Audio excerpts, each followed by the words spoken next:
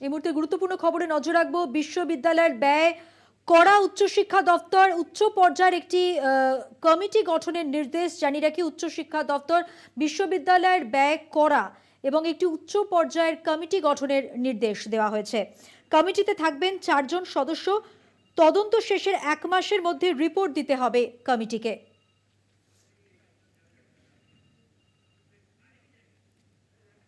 বিশ্ববিদ্যালয়ের মামলার ব্যয় করা উচ্চশিক্ষা দপ্তর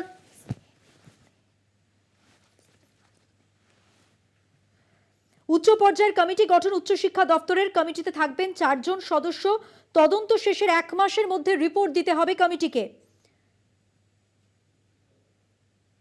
এই মুহূর্তে গুরুত্বপূর্ণ খবর। বিশ্ববিদ্যালয়ের মামলার ব্যয় করা উচ্চশিক্ষা দপ্তর উচ্চ পর্যায়ের কমিটি গঠন করতে হবে এবং এমনটাই নির্দেশ উচ্চশিক্ষা দপ্তরের।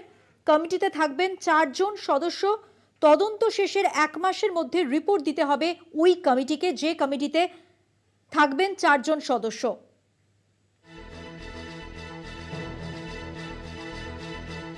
বিশ্ববিদ্যালয়ের মামলার ব্যয় করা উচ্চশিক্ষা দপ্তর উচ্চ পর্যায়ের কমিটি গঠন উচ্চশিক্ষা দপ্তরের। শুভঙ্কর মণ্ডল আমাদের প্রতিনিধি রয়েছেন, আরো বিস্তারিত তথ্য জানাবেন তিনি।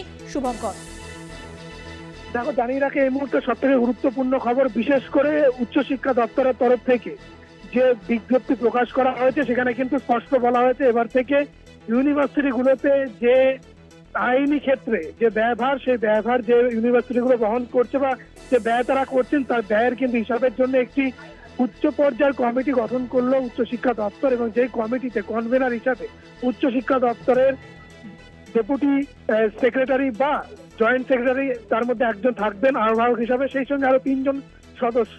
একজন কিন্তু থাকবেন ফিনান্স থেকে, একজন থাকবেন বিশ্ববিদ্যালয়ের যে ব্রাঞ্চ রয়েছে ইউনিভার্সিটি ব্রাঞ্চ উচ্চশিক্ষা দপ্তরের তার, যিনি ল অফিসার তিনি, এবং সেই সঙ্গে কিন্তু অডিটর সেকশনের একজন থাকবেন সিনিয়র অফিসার। এবং তোমায় জানিয়ে রাখি, ওয়েস্ট বেঙ্গল যে অডিটর অ্যাক্ট রয়েছে সেই অনুযায়ী একজনকে রাখা হবে, অর্থাৎ 4 জন থাকছে এক্ষেত্রে। এবং এই 4 জনের যে কমিটি গঠন করা হয়েছে তারা কিন্তু বিশ্ববিদ্যালয়গুলোতে মূলত যে আইনি মামলা চলছে বিভিন্ন সেই মামলা সংক্রান্ত ব্যয়ের জন্য কৈফিয়ত তলব করে বিশ্ববিদ্যালয়গুলির কাছে। শুধু তাই নয়, প্রয়োজনে তারা তাদের সেই যে ব্যয়ভার বা যে ব্যয় হয়েছে তার কিন্তু অডিট তারা করবেন এবং আগামী 1 মাসের মধ্যে রিপোর্ট দেবে উচ্চশিক্ষা দপ্তরে। মনে করা হচ্ছে যে কয়েকদিন আগে আচার্য তথা রাজ্যপাল সিভি আনন্দ বোস তিনি একটি নির্দেশ বিশ্ববিদ্যালয়গুলোর কাছে পাঠিয়েছিলেন। তুমি জানো, এই মুহূর্তে বিশ্ববিদ্যালয়গুলি উপাচার্য নিয়োগ সংক্রান্ত যে মামলা রাজ্যের সঙ্গে চলছে আচার্যের বা রাজভবনে, সেইখানে দাঁড়িয়ে স্বাভাবিকভাবে কিন্তু আচার্য বিশ্ববিদ্যালয়গুলোর কাছে টাকা চেয়েছিলেন মামলা চালানোর জন্য। এবং সেক্ষেত্রে কলকাতা বিশ্ববিদ্যালয় যিনি অস্থায়ী উপাচার্য শান্ত দত্ত, তিনি আমাদের সংবাদ মাধ্যমের সামনে স্বীকার করেছিলেন যে প্রায় 9.5 লক্ষ টাকার মতো তিনি কিন্তু অ্যামাউন্ট আচার্যকে ইতিমধ্যেই দিয়েছেন এই মামলার ব্যয়ভার বহনের জন্য বা এই মামলা চালানোর জন্য।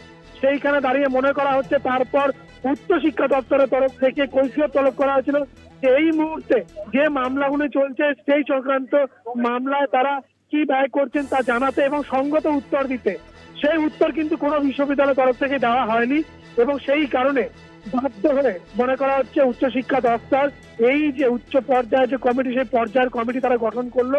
এবং সেই উচ্চ পর্যায়ের কমিটি যেখানে 4 জন সদস্য রয়েছে তারা কিন্তু খুব শীঘ্রই এবার তাদের যে তদন্ত, সেই তদন্ত শুরু করবে। এই তদন্ত কমিটি প্রয়োজনে বিশ্ববিদ্যালয়ে যাবে, সেখান থেকে ব্যয়ভারের হিসাব নেবে।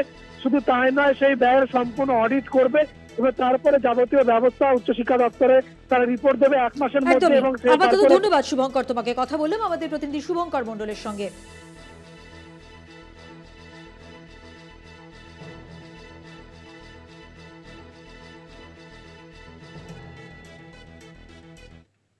হাওড়ায় ঘটে গেছে মর্মান্তিক একটি ঘটনা।